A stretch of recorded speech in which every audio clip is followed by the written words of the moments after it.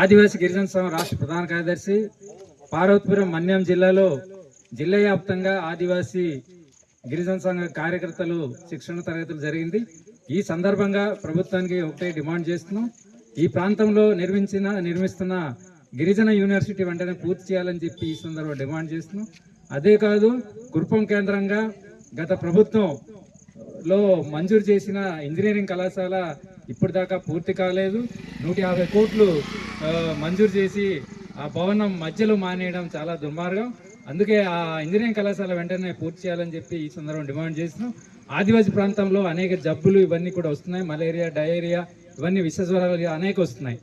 గత ప్రభుత్వం super speciality hospitals అంతా మంజూరు చేసింది. సీతంపేట, గురుపం, గుమ్మలక్ష్మీపురం ఇవన్నీ కూడా సూపర్ స్పెషాలిటీ హాస్పిటల్స్ అవన్నీ కూడా పూర్తి చేయకుండా మధ్యలో ఆపేసి ఉన్నారు.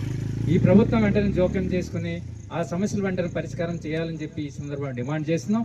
ఈ మన్యం జిల్లాలోనే మన గిరిజన సంక్షేమ మంత్రి గారు ఉన్నారు. ఆమె మంత్రిగా వచ్చిన వెంటనే ఆమె హామీ ఇచ్చారు.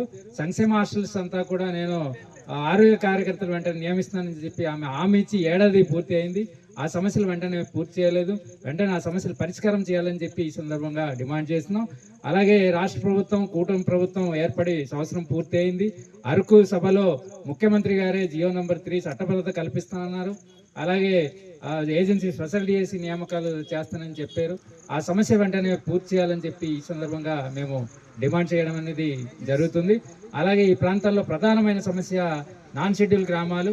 ఆ నాన్ షెడ్యూల్ గ్రామాల్లో వాళ్ళ భూముల రక్షణ లేదు, వాళ్ళ ఆస్తుల రక్షణ లేదు, ఆ గిరిజన చట్టాల హక్కులు అమలు జరగట్లేదు.